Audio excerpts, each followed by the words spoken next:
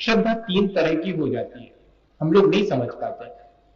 एक श्रद्धा होती तामसिक श्रद्धा, जिसमें हम भगवान के प्रति, सच्चे देवगुरु शास्त्र के प्रति अपना लगाव तो व्यक्त करते हैं, लेकिन उसके पीछे हमारा स्वार्थ रहता है, कोई ना कोई स्वार्थ रहता है।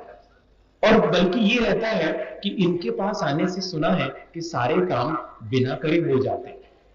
अब जब भगवान ही करते हैं, अब आप ही बताओ, अच्छा हमारी कितनी बढ़िया श्रद्धा है, हमने तो मान लिया कि भगवान आप ही सब कुछ करते, इसका मतलब ये है कि हमें अब कुछ नहीं करना।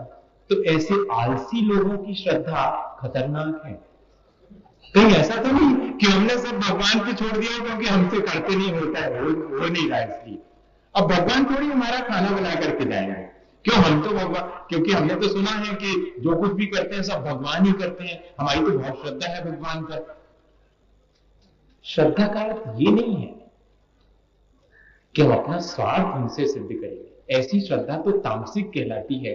ऐसी श्रद्धा तो हमें आलसी बना देगी, तमस यानी अंधेरे से घेर देगी। आलसी व्यक्ति को तो अंधेरे अंधेरा है, वो तो सोचता ही रहता है कि भगवान ही आएंगे और सब हमारा काम निपटा के चले जाएंगे। हम अपने भीतर झांक के देखें कि कभी कभी ऐसा तो नहीं होता, जब जिस काम को करते करते हम थक जाते हैं तो हम कहते हैं अब हमसे नहीं होता, अब हम तो मंदिर जा रहे हैं, भगवान से निवेदन करेंगे कि हमारा काम हो जाए। कल एक व्यक्ति आए तो बोले हमारी आपके प्रति बहुत श्रद्धा है, महाराज आशीर्वाद दे दो, हमने मन में एक चीज सोची है, वो काम हमारा हो जाए। अब हम उनसे क्या कहें कि आपकी श्रद्धा तामसिक है? नहीं, पर हमें स्वयं समझना चाहिए कि ऐसी श्रद्धा से हमको ज्यादा लाभ नहीं होगा।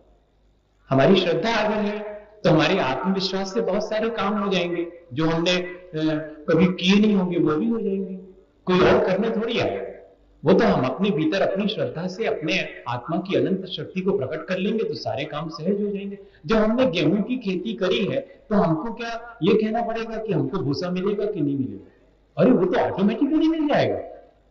जब हमने आत्मा की चर्चा शुरू कर दी है तो हमको भौतिक उपलब्धियां ना हो ऐसा तो संभव नहीं है, और भौतिक उपलब्धियां हमें चाहिए होती तो भी बात थी। हम तो धार्मिक अनुष्ठान करते समय हमने पहले ही तय कर लिया था कि हम संतोष पूर्वक जीवन जिएंगे। अब हमें भौतिकताओं की आवश्यकता नहीं है, बल्कि उल्टा होता है कि जो धार्मिक है उसे भौतिकताएं मिलना शुरू होती हैं और उनको वो छोड़ता चला जाता है। यही उसकी श्रद्धा की कसौटी है। हम भी थोड़ा सा देखेंगे ऐसी कसौटी लगा के। दूसरी श्रद्धा होती राजसिक, जिसमें हम ये कहते हैं कि हमारी श्रद्धा बहुत है भगवान के प्रति, और अब हम क्या करें, भगवान खुद ही चाहते हैं कि ज्यादा बार बार मंदिर में आवो करे, तुम दुकान चलावो करे, जब तो हुई है पैसा बढ़।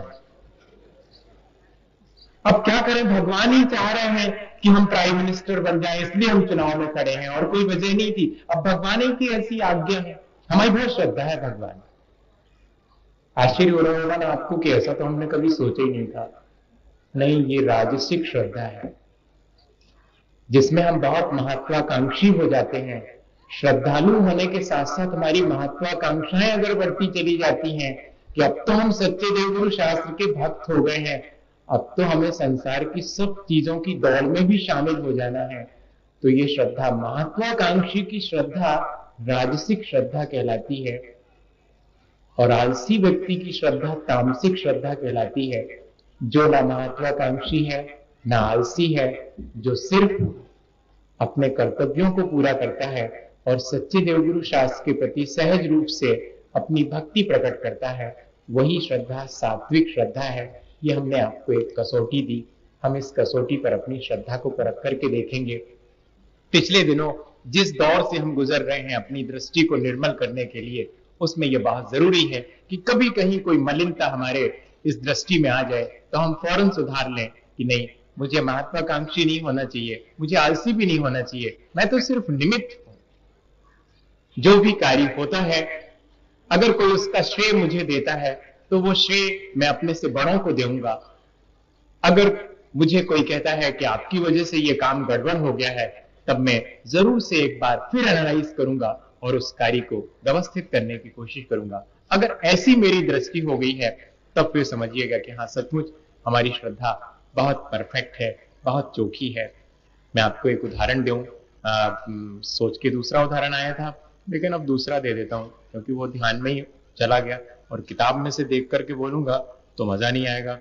और मुझे लगता है कि लोग नकल कैसे करते होंगे, बहुत ही होशियार लोग होते होंगे नकल करने वाले, क्योंकि अब किताब में से ढूंढने में तो 5-10 मिनट लग जाएंगे और टाइम मेरे पास सिर्फ 2 मिनट बचा हुआ है। एक बहुत छोटी सी बात आपसे कहूँ, श्रद्धा की बात आपसे कहूँ, मुझे इतनी देर में टाइम मिल गया सोचने के लिए, बहुत होशियार हूं मैं। ऐसा कर करा करके मैंने अपना वो उदाहरण याद कर लिया।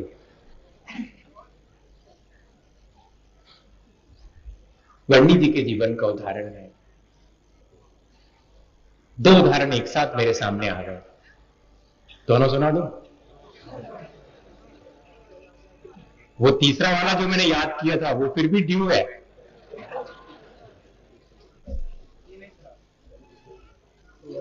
क्या हुआ है एक बार, 2 छोटी छोटी घटनाएं, उससे मालूम पड़ जाएगा कि हमारी श्रद्धा कितनी परफेक्ट है। बस इतना ही मुझे करना और कुछ नहीं। जब चिरौंजा बाई वर्णी जी की जो धर्म मां थी, वो एक बार तीर्थ यात्रा के लिए जाने लगे। दोनों उदाहरण बड़े प्यारे हैं। तो सोनागिर की वंदना के लिए जा रही थी, वो बस में बैठ गई और बस चलने को थी, उतने में ही जो है खबर आई कि आपके यहां पर, आपके घर से निकलते ही साथ चोर घुस गए और चोरी भी हो गई। आप कहां जा रही हो? तीर्थ वंदना करने के लिए।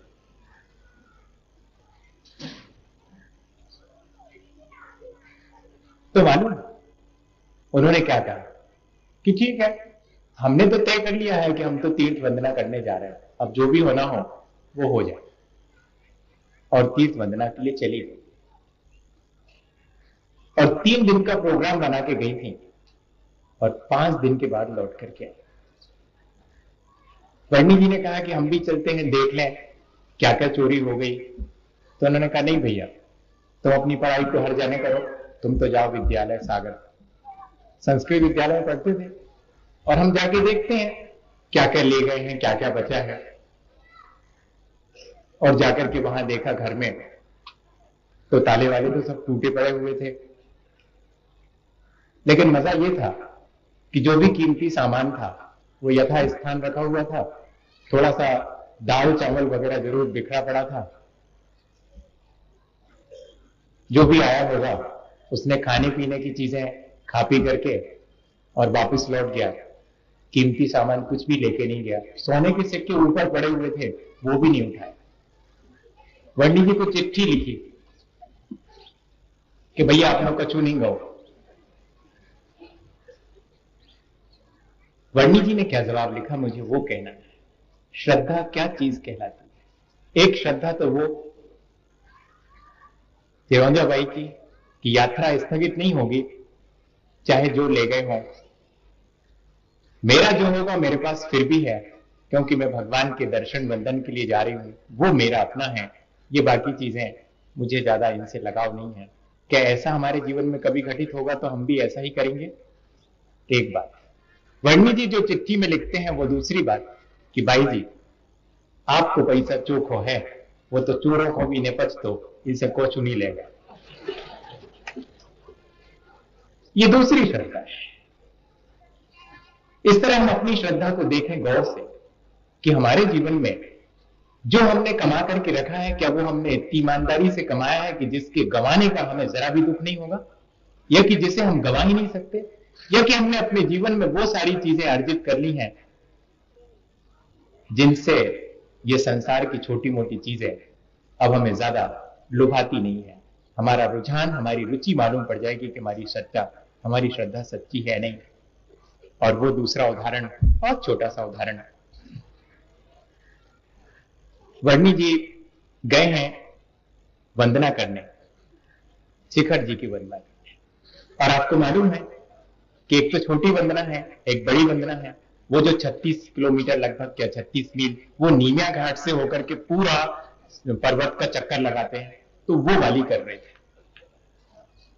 और उस वंदना में, और दोपहर, अब उपवास है, आहार तो लिया नहीं है, और चले जा रहे हैं। इतनी धूप हो गई कि बहुत प्यास लगी वर्णी जी को। तो वो अपने संस्मरण में लिखते हैं कि मुझे जब बहुत प्यास लगी, मेरे प्राण कंठगत हो गए, कहीं कोई पानी नहीं था, तो उन्होंने प्रार्थना की भगवान से। मालूम, जैनी तो थे नहीं, वो तो असाटी थे, जैन धर्म उन्होंने स्वीकार किया था। तो मालूम उन्होंने क्या कहा, श्रद्धा देखिएगा कि हे पारसनाथ, आपकी वंदना करने के लिए हम आए थे, और अगर वंदना करते करते हमारे प्राण भी निकल जाएंगे तो हमारे परिणाम तो अच्छे हैं, सुदेवगति हो जाएगी। मनो सुनो, आप खोलो नाम धर है। ऐसा कहते हैं, अगर हमारे प्राण निकल गए वंदना करत करत, तो लोग का कहें कि देखो पारसनाथ की वंदना हो गए थे, अब जैसो आपको करने हो सो आप करो। आपको अपनी राखना हो तो हमारी प्यास कम हो जाए, हमें वैसे कोई बहुत आवश्यकता नहीं है। और कहते हैं, वर्णी जी के जीवन की साक्षात घटना है। कहते हैं कि 10-25 कदम चलने के बाद ही उन्हें जल का स्रोत दिखाई पड़ा, और छन्ना निकाल के उन्होंने भरी दोपहरी में और वो पानी पिया, प्यास बुझ गई। 25-50 कदम आगे बढ़े, वहां पर कुछ लोग बैठे मिल गए। उनने कहा कि वर्णी जी प्रसन्न चित्त हो आप, तो हम तो बहुत प्यास से मरे जा रहे हैं, मधुबन तक कैसे पहुंचे। अरे कहले भैया घबराता है तुम, अब भाई तुम पीछे पानी पी के आए, चलो। तो 25 लोगों को 50 कदम और पीछे लेकर के गए, लेकिन वहां कहां पानी था जहां थोड़ी देर पहले वर्णी जी ने पानी पिया। मुझे आपसे सिर्फ ये कहना है कि एक श्रद्धा ये भी है कि जहां हम इतने अधिक श्रद्धालु हैं कि भगवान के सामने हम कोई आकांक्षा नहीं करते हैं, फिर भी हम अपनी भक्ति ठीक ठीक प्रकट करते हैं, और उस भक्ति के फलस्वरूप जो कुछ हमें प्राप्त होना है वो अनायास प्राप्त हो जाता है। आज हम अपनी श्रद्धा को जरूर परखेंगे कि क्या सचमुच हमारे भीतर इस तरह की श्रद्धा प्रकट हो गई है। मैं तो यही मान के चल रहा हूं कि हाँ, सचमुच हम सबके जीवन में ऐसी श्रद्धा एक ना एक दिन जरूर आएगी। हमने शुरुआत की है तो जरूर हम अपनी मंजिल तक पहुंचेंगे। इसी भावना के साथ बोले आचार्य गुरुवर विद्यासागर मुनि।